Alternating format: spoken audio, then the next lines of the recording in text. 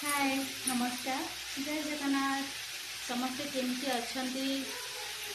आपण गाँ पटे मैंने खरा हो ना ना आम गाँ पटे तो प्रबल खरा हो गरम एत गरम आ कहनी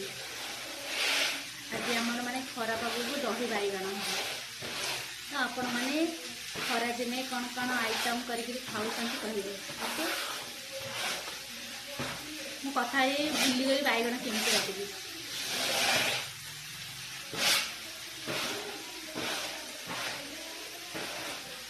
डालमा दही बैगण माने छोट छोट आलू एकदम गरम गरम भजा ता संग कौन करा मुझे जानी कि किसी भी करा हबनी बोधे